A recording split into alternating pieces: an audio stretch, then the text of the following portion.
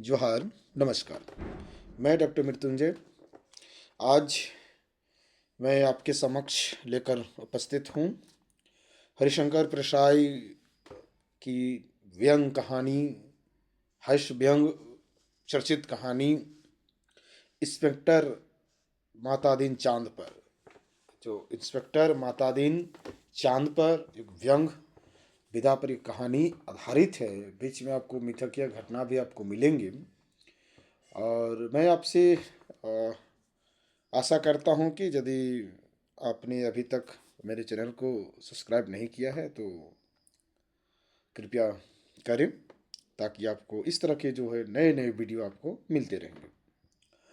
अब देखिए, इस कहानी में जो हरिशंकर परसाई की जो कहानी है इंस्पेक्टर मातादीन चाँद पर, उनके कहानी संग्रह ठिठुरता हुआ गणतंत्र में यह कहानी प्रकाशित है। वह कहानी संग्रह 1958 ईस्वी में प्रकाशित हुआ था। उसी संग्रह में यह कहानी प्रकाशित है, जो हास्य एवं व्यंग व्यंग शैली में इस कहानी को लिखा गया है। तो इस कहानी के जो प्रमुख पात्र हैं, इस कहानी के नायक इंस्पेक्टर मातादीन हैं और इस कहानी में मुंशी अब्दुल गफूर, हवलदार बलभद्र, हवलदार राम संजीवन, कोतवाल, और इसके अलावा आपको जो है मिथकीय घटना के अनुकूल जो पात्र भी मिलेंगे। प्रधानमंत्री हैं, गृह मंत्री हैं, आपको हनुमान जी का, सुग्रीव जी, या फिर आपको माता सीता या प्रभु श्री रामचंद्र, इस इनका भी जिक्र आपको इस कहानी में आएंगे। आईजी या इस तरह के जो रैंक की जो बातें यहाँ आपको आएंगे, लेकिन प्रमुख रूप से जो मेन कहानी के जो पात्र हैं वो इंस्पेक्टर मातादीन हैं। आइए हम लोग देखते हैं इस कहानी में। यदि हम लोग देखें तो विशेष रूप से जो प्रशासनिक व्यवस्था पर करारी व्यंग इस कहानी में आपको देखने को मिलेगा। नैतिक मूल्यों का पतन किस तरह से हो रहा है, जनता पर किस तरह से अत्याचार किए जा रहे हैं, आज भी वर्तमान समाज में इस कहानी का उदाहरण आप देखेंगे। सामाजिक और राजनीतिक कटाक्ष भी आप देखेंगे। सांस्कृतिक पतन का चित्रण आपको देखने को मिलेगा। सच को झूठ में बदलने का जो प्रभाव किस तरह से होता है वो इस कहानी में आपको मिलेगा। भ्रष्टाचार से लिप्त जो चरित्र जो है इंस्पेक्टर मातादीन, उनका चरित्र आपको इस कहानी में देखने को मिलेगा। व्यंग एवं हास्य में और उसकी शैली में इस कहानी को प्रस्तुत किया गया है। तीक्ष्ण भाषा जो है का प्रयोग हरिशंकर परसाई ने किया है। सबसे पहले इस कहानी की जो है कथा वस्तु, इस कहानी की कथा हम लोग देखते हैं, क्योंकि इसी नेट के दृष्टिकोण से कहानी को सिलसिलेवार तरीके से देखना बहुत आवश्यक है। क्योंकि जब भी आप कहानी की जो बीच पंक्ति में आपको पूछ दिया जाए, यदि आपको कहानी की कथा आपको ना मालूम हो क्रमवार, तो आपको कहीं ना कहीं उसमें आप छूट जाएंगे। कहानी का प्रारंभ होता है, वैज्ञानिक कहते हैं चांद पर जीवन नहीं है, पर senior police inspector Matadin department में एमडी साहब है जो कहते हैं कि वैज्ञानिक झूठ बोलते हैं, वह हमारे जैसे मनुष्य की आबादी है। विज्ञान ने हमेशा इंस्पेक्टर मातादीन से मात खाई है। फिंगरप्रिंट विशेषज्ञ कहता रहता है कि छुरे पर पाए गए निशान मुलजिम की अंगुलियों के नहीं है, पर मातादीन उसे सजा दिला ही देते हैं। तो इस प्रकार की जो बातें हैं, मातादीन कहते हैं ये वैज्ञानिक केस का पूरा इन्वेस्टिगेशन नहीं करते। उन्होंने चांद का उजला हिस्सा देखा और कह दिया वहाँ जीवन नहीं है।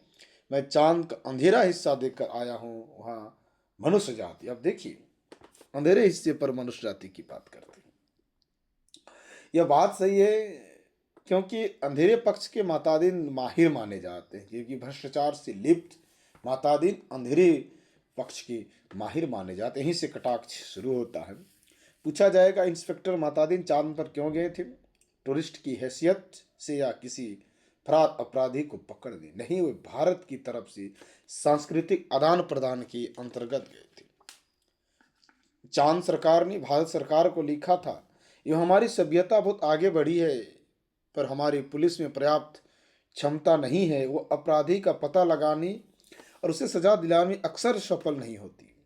सुना है आपके यहाँ राम राज्य है, मेहरबानी करके किसी पुलिस अफसर को भेजे जो हमारी पुलिस को शिक्षित कर दे। तो यहाँ पुलिस को जो शिक्षित करने की जो बातें हैं, पुलिस की अगुवाई करने की बातें हैं, आप यहीं से देखेंगे, बल्कि किस तरह से उन्हें भ्रष्टाचार से लिप्त करने की के लिए प्रस्तुत होते हैं। पुनः प्रधानमंत्री को, गृह मंत्री को पत्र लिखने के लिए मजबूर होना पड़ता है, कहानी में आपको मिलेगा।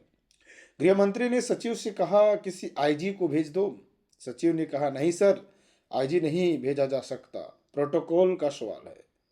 चांद हमारा एक क्षुद्र उपग्रह है, आईजी के रैंक के आदमी को नहीं भेजेंगे, किसी सीनियर इंस्पेक्टर को भेज देता हूँ। तय किया जाता है कि हजारों मामले के इन्वेस्टिगेशन जो ऑफिसर सीनियर इंस्पेक्टर मतादीन को भेज दिया जाए, क्योंकि वो बहुत अच्छे से करते हैं कहा जाता है। लेकिन चांद की सरकार को लिख दिया गया कि आप मतादीन को लेने के लिए जो है आप किस प्रकार से पृथ्वी में जो यान भेज दीजिए। पुलिस मंत्री ने मतादीन को बुलाकर कहा तुम भारतीय पुलिस की उज्जवल परंपरा के दूत की हैसियत से जा रहे हो, ऐसा काम करना कि सारे अंतरिक्ष में डिपार्टमेंट की ऐसी जय जयकार हो कि पीएम जो प्रधानमंत्री को भी सुनाई पड़ जाए, ऐसी तुम उज्जवल काम करना। लेकिन देखेंगे अब मातादीन की यात्रा का दिन आ जाता है, एक यान अंतरिक्ष अड्डे पर उतर आता है। मतादीन सबसे विदा लेकर यान की तरफ बढ़े, वो धीरे से कहते जा रहे थे कि परवीसी नगर कीजिए सब काजा, हृदय राखी कौशलपुर राजा। यान के पास पहुंचकर मतादीन ने मुंशी अब्दुल गफूर को पुकारा। मुंशी गफूर ने एड़ी मिलाकर सैल्यूट फटकारा, बोला जी पेक्टाशा, FIR रख दी है जी पेक्टाशा, और रोजमाचे का नमूना जी पेक्टाशा। अब ये देखेंगे यान पर बैठने लगे हवलदार बलभद्र को बुलाकर कहा हमारे घर में जचकी के वक्त अपनी कटला जो पत्नी को मदद के लिए भेज देना। बलभद्र ने कहा कि जी पेक्टाशा। कफूर ने कहा आप बेफिक्र रहें पेक्टाशा, मैं अपनी मकान पत्नी को भी भेज दूंगा खिदमत के लिए। मतादीन की यान के चालक से पूछा ड्राइविंग लाइसेंस है? जी हाँ साहब। और गाड़ी में बत्ती ठीक है? जी ठीक है। मतादीन ने कहा सब ठीक ठाक होना चाहिए, वरना हरमजादे का बीच अंतरिक्ष में चलान कर दूंगा। देखिए शक्ति, देखिए। चंद्रमा से आए चालक ने कहा हमारे यहाँ आदमी से इस तरह नहीं बोलते। मतादीन ने कहा जानता हूँ बे, तुम्हारी पुलिस कमजोर है, अभी मैं उसे ठीक करता हूँ। मतादीन यान में कदम रख ही रहे थे कि हवलदार राम संजीवन भागता हुआ आया, बोला पेक्टाशा, एसपी साहब के घर में से कहे हैं कि चांद से एड़ी चमकाने का पत्थर लेते आना। मतादीन खुश हुए, बोलते भी हैं कह देना भाई साहब से जरूर लेता आऊंगा। वो यान में बैठे और यान उड़ चला। पृथ्वी के वायुमंडल से यान बाहर निकला ही था कि मतादीन ने कहा अबे हॉर्न क्यों नहीं बजाता? यह प्रश्न करते हैं उनसे। चालक ने जवाब दिया आसपास लाखों मील में कुछ नहीं है। मतादीन ने डांटा मगर रूल हॉर्न बजाता चला। चालक अंतरिक्ष में हॉर्न बजाता हुआ यान को चांद पर उतार लाया। अंतरिक्ष अड्डे पर पुलिस अधिकारी मतादीन के स्वागत के लिए खड़े थे। मतादीन रोप से उतरे और उन अफसरों के कंधे पर नजर डाली। वहां किसी की स्टार नहीं थी, फीते भी किसी के नहीं लगे थे, लिहाजा मतादीन एड़ी मिलाकर और हाथ उठाना जरूरी नहीं समझा। फिर उन्होंने सोचा मैं यहाँ इंस्पेक्टर की हैसियत से नहीं, सलाहकार की हैसियत से आया हूँ। हमारे सलाहकार को देखेंगे आगे। मतादीन को वो लोग लाइन में ले गए और एक अच्छे बंगले में उन्हें टिका दिया। एक दिन आराम करने के बाद मतादीन ने काम शुरू कर दिया। पहले उन्होंने पुलिस लाइन का मुलावजा किया। शाम को उन्होंने आईजी से कहा आपके यहाँ पुलिस लाइन में हनुमान जी का मंदिर नहीं, हमारे राम राज्य में हर पुलिस लाइन में हनुमान जी हैं। हम मिथक घटना का जिक्र आपको देखेंगे। आईजी ने कहा हनुमान कौन थे? हम नहीं जानते। मतादीन ने कहा हनुमान का दर्शन हर कर्तव्य प्रायण पुलिस वाले के लिए जरूरी है। हनुमान सुखदेव के यहाँ स्पेशल ब्रांच में थी। उन्होंने सीता माता का पता लगाया था, एबडक्शन का मामला था। दफा 362 हनुमान जी ने रावण को सजा वही दे दी, उसकी प्रॉपर्टी में आग लगा दी। पुलिस को यह भी अधिकार होना चाहिए कि अपराधी को पकड़ा और वहीं सजा दे दे। अदालत में आने का झंझट नहीं, मगर यह सिस्टम अभी हमारे यमराज में भी चालू नहीं हुआ है, रामराज में भी चालू नहीं हुआ। हनुमान जी के काम से भगवान रामचंद्र बहुत खुश हुए। वे उन्होंने अयोध्या ले आयो टॉन ड्यूटी में तैनात कर दिया। वही हनुमान हमारे आराध्य देव हैं। मैं उनकी फोटो लेते आया हूँ, उससे मूर्तियाँ बनवाई और हर पुलिस लाइन में स्थापित करवाई।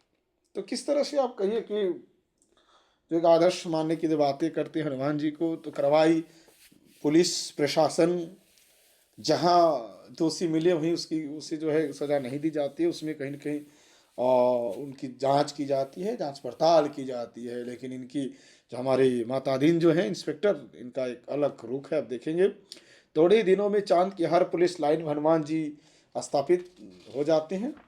और आप उनको देखेंगे कि माताजी ने उन कारणों का अध्ययन कर रहे थे जिस पुलिस लापरवाह और हलाल हो गई है, वह अपराधों पर ध्यान नहीं देती। कोई कारण नहीं मिल रहा था, एकाएक उनकी बुद्धि में एक चमक आई। उन्होंने मुंशी से कहा, जरा तनख्वाह का रजिस्टर बताओ। तनख्वाह का रजिस्टर देखा तो सब समझ गए, कारण पकड़ में आ गया। शाम को उन्होंने पुलिस मंत्री से कहा, मैं समझ गया कि आपकी पुलिस मुस्तैद क्यों नहीं है। आप इतनी बड़ी तनख्वाहें देते हैं, इसीलिए सिपाही को 500, हवलदार को 700, थानेदार को 1000। यह क्या मजाक है?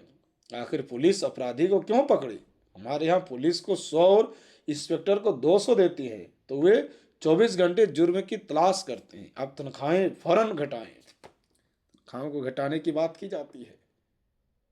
पुलिस किस तरह से जो है भ्रष्टाचार से लिप्त हो। पुलिस मंत्री ने कहा, मगर यह तो न्याय होगा, अच्छा वेतन नहीं मिलेगा तो वे काम ही क्यों करेंगे।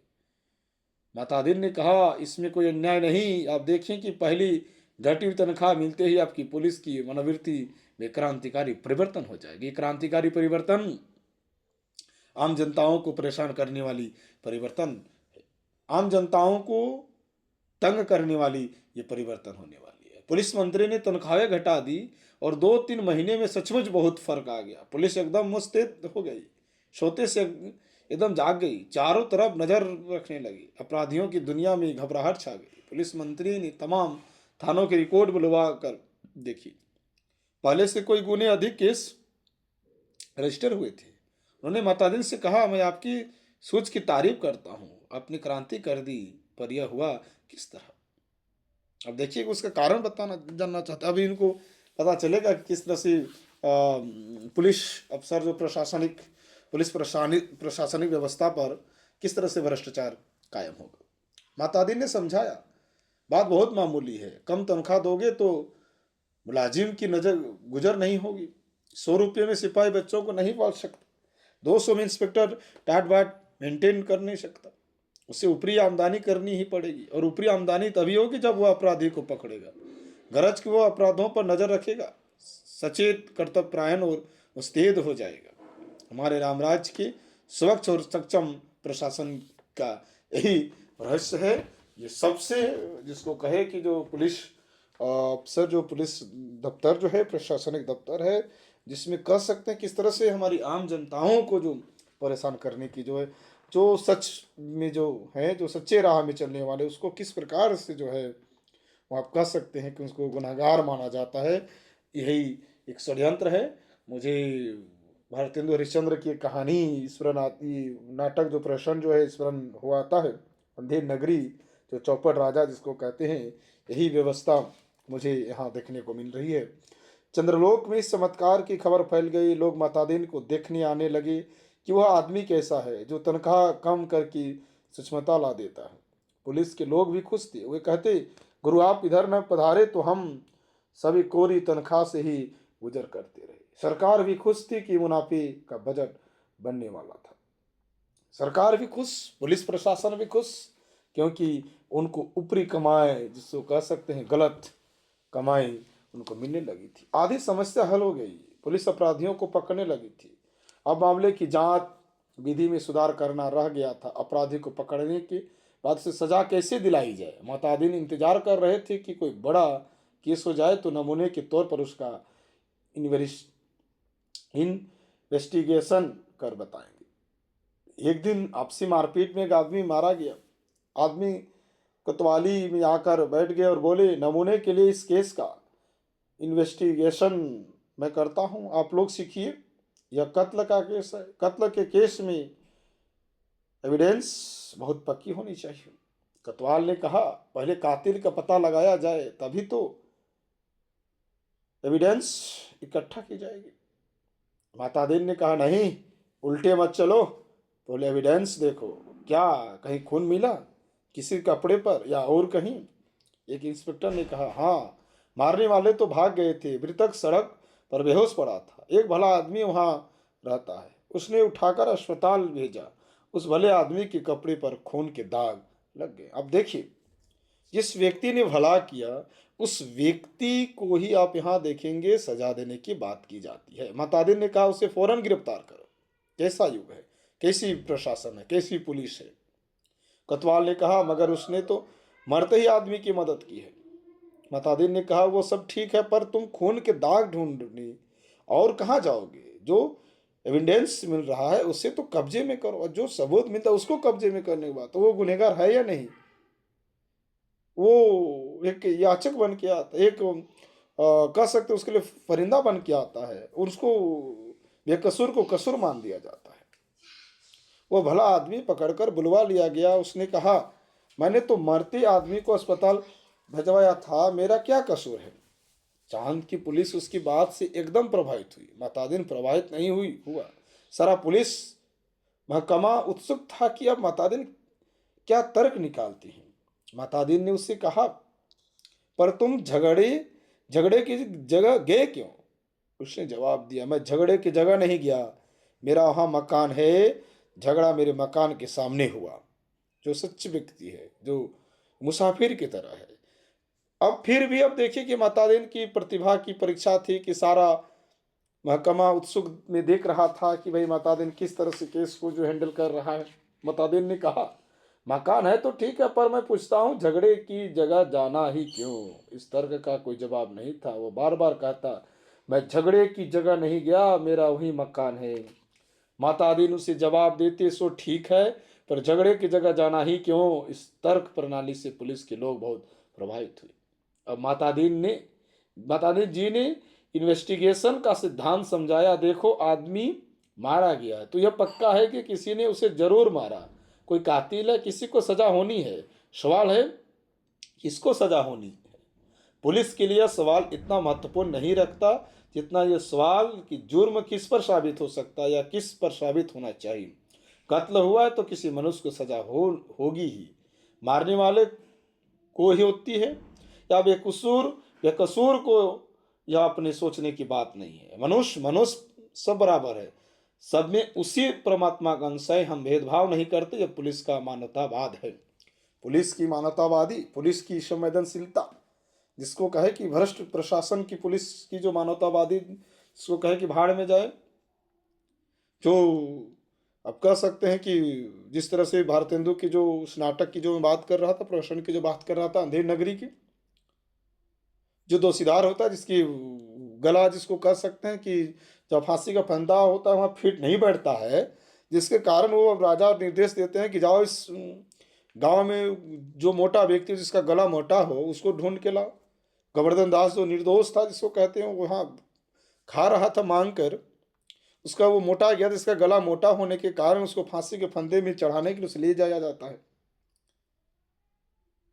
तो महंत और गोवर्धन दास के बीच जब आपस में वार्तालाप होती है, जब वो उनको महंत भी पहुंच जाता है और कहता है कि भाई ये ऐसी स्थिति है, तब कनाफूसी होती है और कहता भी है कि तुम बोलो कि अभी मुझे फांसी के फंदे में चढ़ा दिया जाए, मैं गुरु बोलेगा कि मुझे फांसी के फंदे में चढ़ाया जाए, महंत बोलेगा।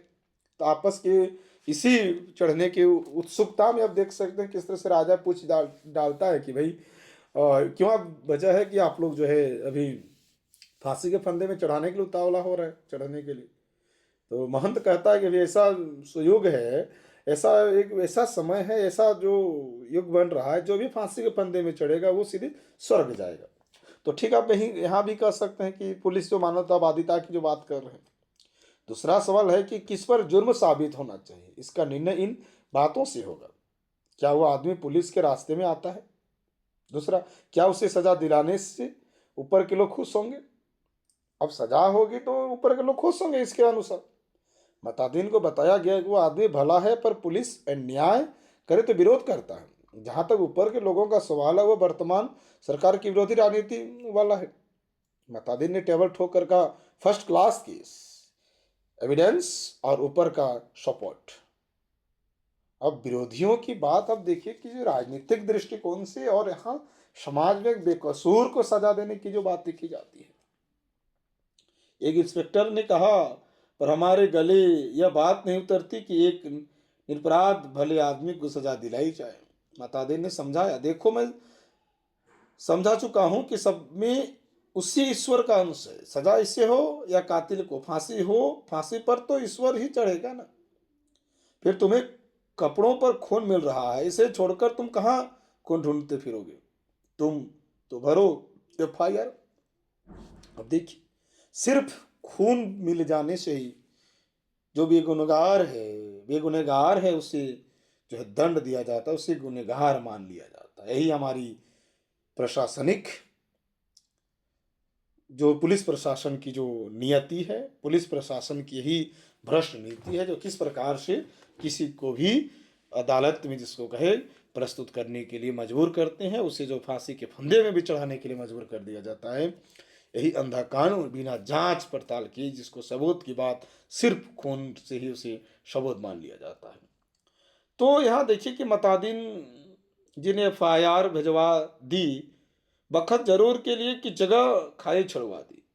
दूसरे दिन पुलिस कोतवाल ने कहा, गुरुदेव हमारी तो बड़ी आफत है, तमाम भले आदमी आते हैं और कहते हैं उस बेचारे बेकसूर को क्यों फंसा रहे हो? ऐसा तो चंद्रलोक में कभी नहीं हुआ। बताइए हम क्या जवाब दें, हम तो बहुत शर्मिंदा हैं। बिल्कुल स्वाभाविक बात है। मातादी ने कोतवाल से ही कहा, घबराओ मत, शुरू शुरू में इस काम में आदमी को शर्म आती है, आगे तुम्हें बेकसूर को छोड़ने में शर्म आएगी। हर चीज का जवाब है। अब से आपके पास जो आए उससे कह दो, हम जानते हैं कि वो निर्दोष है, पर हम क्या करें, ये सब ऊपर से हो रहा है। सभी ऊपर की जो बातें करते हैं। कोतवाल ने कहा, तब वो SP के पास जाएंगे। मतादिन ने कहा, SP भी कह देंगे कि ऊपर से हो रहा है। तब वे IG के पास जाए, शिकायत करेंगे। IG भी कहा कि सब ऊपर से हो रहा है। तब ये लोग पुलिस मंत्री के पास पहुंचे, तो पुलिस मंत्री भी कहेंगे, भैया मैं क्या करूं, यह ऊपर से हो रहा है। तो वे प्रधानमंत्री के पास जाएंगे, प्रधानमंत्री भी कहेंगे कि मैं जानता हूं वो निर्दोष है, पर यह ऊपर से हो रहा है। कोतवाल ने कहा, तब वे मातादिन ने कहा, तब वे क्या, तब वे किसके पास जाएंगे? भगवान के पास न, मगर भगवान से पूछकर कौन लौट सकता है? कोतवाल चुप रह गया, वो इस महान प्रतिभा से चमत्कृत था। मातादिन ने कहा, एक मुहावरा ऊपर से हो रहा है, हमारे देश में 25 सालों से सरकारों को बचा रहा है, तुम इसे सीख लो। केस की तैयारी होने लगी। मातादिन ने कहा, जब 4 चश्मदीद गंवा लाओ, जो आंखों जो देखा है। कोतवाल ने कहा, चश्मदीद गवाह कोई कैसे मिलेंगे जब किसी ने उसे मारते देखा ही नहीं? चश्मदीद गवाह कोई केस होगा, कैसे होगा? मातादिन ने सिर ठोक लिया, किन बेकूफों के बीच फंसा दिया गवर्नमेंट ने। इन्हें तो ABCD भी नहीं आता। झल्ला कर कहा, चश्मदीद गवाह किसे कहते हैं जानते हो? चश्मदीद वह नहीं जो देखे, बल्कि वह जो कहे कि मैंने देखा। कोतवाल ने कहा, ऐसा कोई क्यों कहे? अब देख सकते हैं मातादी ने कहा, कहेगा समझ में नहीं आता, कैसे डिपार्टमेंट चलाते हो? अरे चश्मदीद गवाहों की लिस्ट पुलिस के पास पहले से रहती है, जहाँ जरूरत हुई उन्हें चश्मदीद बना दिया। हमारे यहाँ ऐसी आदमी है जो साल में 300-400 वारदातों की चश्मदीद गवाह होती हैं। हमारी अदालतें भी मान लेती है कि इस आदमी में कोई देवी शक्ति है, जिसे वह जान लेता है कि अमुक जगह वारदात होने वाली है, वहाँ पहले से पहुंच जाता है। मैं तुम्हें चश्मदीद गवाह बनाकर देता हूँ। 8-10 उठाईगिरों को बुलवाओ जो चोरी, मारपीट, गुंडागर्दी करती हो, जुआ खेलती हो या शराब उतारती हो, जो बदमाश हैं, जो झूठे लपकार हैं जिसको कहें, उन लोगों को चश्मदीद गवाह बनाया जाता है। क्योंकि उनका भी यहाँ डांटा जाएगा, फटकारा जाएगा कि तुम यदि नहीं गवा दोगे तो तुम्हें जो हम दंड देंगे, तुम्हें अंदर कर देंगे। दूसरे दिन शहर के 8-10 नवरत्न कोतवाली में हाजिर थी। उन्हें देखकर माता दिन गदगद हो गए। बहुत दिन हो गए थे ऐसे लोगों को देखे, बड़ा सुना सुना लग रहा था। माता दिन का प्रेम उमड़ पड़ा। उन्होंने कहा, तुम लोगों ने उस आदमी को लाठी मारते देखा था ना? प्रश्न करते। वे बोले, नहीं देखा साहब, हम वहां थे ही नहीं। माता दिन जानती थी यह पहला मौका है। फिर उन्होंने कहा, वहां नहीं थे यह मैंने माना, पर लाठी मारते देखा था। उन लोगों को लगा कि यह पागल आदमी है, तभी ऐसी उटपटांग बात करता है। वे हंसने लगे। माता दी ने कहा, हंसो मत, जवाब दो। वे बोले, जब थे ही नहीं तो कैसे देखा? माता दी ने गुर्रा कर देखा। कहा, कैसे देखा? तो बताता हूँ, तुम लोग जो काम करते हो सब उधर दर्ज हैं। हर एक को कम से कम 10 साल जेल में डाला जा सकता है। तुम ये काम आगे भी करना चाहते हो या जेल जाना चाहते हो? सभी घबरा जाते हैं और बोलते, साहब हम जेल नहीं जाना चाहते। माता दी ने कहा, ठीक, तो तुमने उस आदमी को लाठी मारते देखा ना? वो बोले, देखा साहब। वो आदमी घर से निकला हो, जो लाठी मारा शुरू किया तो वह बेचारा बेहोश होकर सड़क पर गिर पड़ा। माता दी ने कहा, ठीक है, आगे भी ऐसी वारदातें देखोगी। वे बोले, साहब जो आप कहेंगे सो देखेंगे। कतवाल इस चमत्कार से थोड़ी देर तो बेहोश हो गया। होश आया तो मातादिन के चरणों पर गिर पड़ा। मातादिन ने कहा, हटो, काम करने दो। कतवाल पांव से लिपट गया, कहने लगा, मैं जीवन भर इनसे चरणों पर पड़ा रहना चाहता। यही तो भ्रष्टाचार, यही तो पुलिस प्रशासन की नियत है। जो सही रहता है वो भी उसके पीछे लिप्त हो जाता है, उसके साथ चल पड़ता है, उसी राह पर चल पड़ता है। मातादिन ने आगे की सारी कार्य प्रणाली तय कर दी। एफ आई आर बदलना, बीच में पन्नी डालना, रोज मचना बदलना, गवाहों को तोड़ना, सब सिखा दिया। उस माधवी को 20 साल की सजा हो गई। चांद की पुलिस शिक्षित हो चुकी थी। धड़ाधड़ केस बनने लगे और सजा होने लगी। चांद की सरकार बहुत खुश थी। पुलिस की ऐसी मुस्तैदी भारत सरकार के सहयोग का नतीजा थी। चांद की संसद ने एक धन्यवाद का प्रस्ताव पास किया। देखिए, एक दिन मतादिन जी का सार्वजनिक अभिनंदन किया गया। वे फूलों से लदे खुली जीप पर बैठे थे। आसपास जय जयकार करते हजारों लोग वे हाथ जोड़कर अपने गृह मंत्री की स्टाइल में जवाब दे रहे थे। जिंदगी में पहली बार ऐसा कर रहे थे, इसलिए थोड़ा अटपटा लग रहा था। 26 साल पहले पुलिस में भर्ती होते वक्त किसने सोचा था कि एक दिन दूसरे लोक में उनका ऐसा अभिनंदन होगा। वे पछताए पछताए, अच्छा होता कि इस मौके के लिए कुर्ता टोपी और धोती ले आते। भारत के प्रधानमंत्री पुलिस मंत्री टेलीविजन पर बैठे यह दृश्य देख रहे थे और सोच रहे थे, मेरी सद्भावना यात्रा के लिए वातावरण बन जाएगा। एक दिन चांद की संसद का विशेष अधिवेशन बुलाया गया। बहुत तूफान खड़ा हुआ। गुप्त अधिवेशन था, इसीलिए रिपोर्ट प्रकाशित नहीं हुई, पर संसद की दीवारें से टकरा कर कुछ शब्द बाहर आए। सदस्य गुस्से से चिल्ला रहे थे, कोई बीमार बाप का इलाज नहीं करता, डूबते बच्चे को कोई नहीं बचाता, जलते मकान की आग कोई नहीं बुझाता, आदमी जानवर से बदतर हो गया, सरकार फौरन इस्तीफा दी।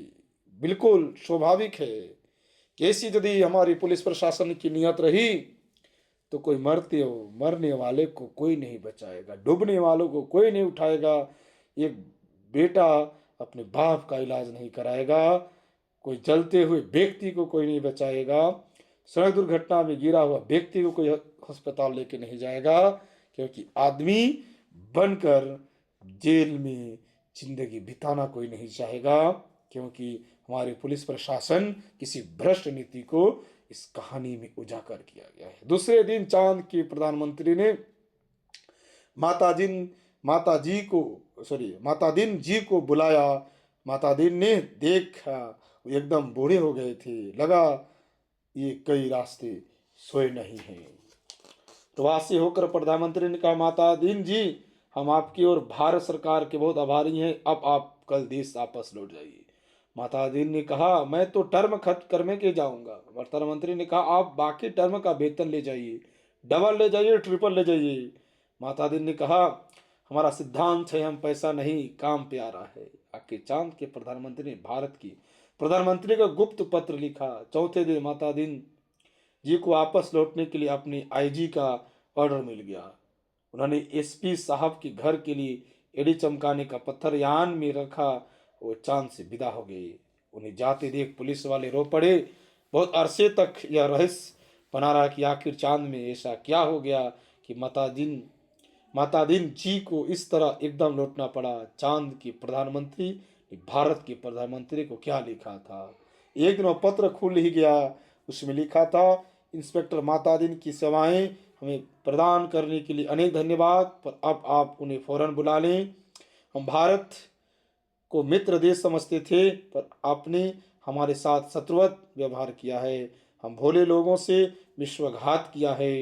आपकी मातादीन जी ने हमारे पुलिस की को जैसा कर दिया है, उसके नतीजे ये हुए हैं। कोई आदमी किसी मरते हुए आदमी के पास नहीं जाता, इस डर से कि वह कत्ल के मामले में फंसा दिया जाएगा। बेटा बीमार बाप की सेवा नहीं करता, वो डरता है बाप मर गया तो उस पर कहीं हत्या का आरोप न लगा दिया जाए। घर जलते रहते हैं और कोई बुझाने नहीं जाता, डरता है कि कहीं उस पर आग लगाने का जुर्म कायम न कर दिया जाए। बच्चे नींद में डूबते रहते हैं और कोई उन्हें नहीं बचाता, इस डर से कि उस बच्चे को डुबाने का आरोप न लगाया जाए। सारे मानवीय संबंध समाप्त हो रहे हैं। मातादीन जी ने हमारी आदि संस्कृति नष्ट कर दी। अगर वो यहाँ रहे तो पूरी संस्कृति नष्ट कर देंगे। उन्हें फौरन रामराज में बुला लिया जाए।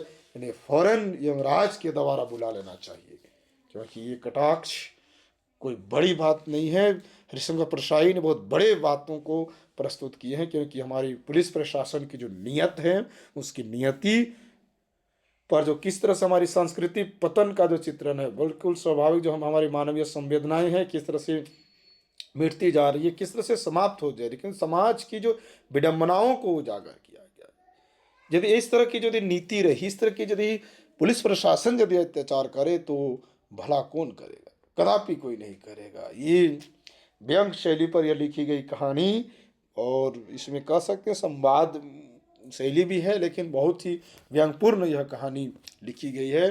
प्रशासनिक व्यवस्था पर करारी चोट की गई है, और वर्तमान में भी यह व्यवस्था कहीं न कहीं दिखता हुआ नजर आता है। नैतिक मूल्यों का पतन, जो किस तरह से हमारे जो नैतिक मूल्य है, उन नैतिक मूल्यों का भी पतन किया जाता है। और आज वर्तमान समाज में किस तरह से सच को झूठ में बदलने का ये कितना षड्यंत्र रचा जाता है। कानून को अंधा बताया जाता है, क्योंकि उनको दिखता नहीं उस सबूत से, तो उस खून से उनको वो गलत रहे या सच रहे, सिर्फ उनको गवाह चाहिए। तो ये नहीं होना चाहिए, इसमें छानबीन होनी चाहिए। जनता पर किस तरह से अत्याचार हो रहा है, ये बिल्कुल स्वाभाविक है कि आज किस तरह से जनता की जो हालत आपको लगेंगे, इस कहानी के माध्यम से आप देख सकते हैं। ये जो व्यंग और फैंटेसी का भी शैली में प्रयोग किया गया, व्यंग और हास्य भी है। सामाजिक और राजनीतिक कटाक्ष, राजनीतिक दृष्टिकोण से भी किस तरह से कटाक्ष किया गया। समाज की बुराइयों, जो किस तरह समाज में बुराइयां फैल रही हैं, किनकी वजह से, इनका पुलिस प्रशासन की वजह से और हमारे राजनेताओं की जो मिली भगत से, इसी की ओर व्यंग किया गया है। भ्रष्टाचार से लिप्त चरित्र जो है मातादीन, किस तरह से भ्रष्टाचार से लिप्त हैं, ये पुलिस ऑफिसर जो इंस्पेक्टर हैं, उनके उसी चरित्र को यहाँ उजागर किया गया है। इसमें सांस्कृतिक पतन का चित्रण है कि हमारा सांस्कृतिक पतन किस तरह से हो रहा है। हमारी जो आपसी संबंध है वो किस तरह से उसका ह्रास होते जा रहा है, उसका खात्मा होते जा रहा है। और ये तीक्ष्ण भाषा में जो है अपनी बात कहे हैं। और यह कहानी एक उत्कृष्ट कहानी है। यह कहानी आज भी प्रासंगिक है। यह कहानी आज भी बहुत ही प्रासंगिक है। उनकी उपयोगिता आज भी बरकरार है। नमस्कार, जय हिंद।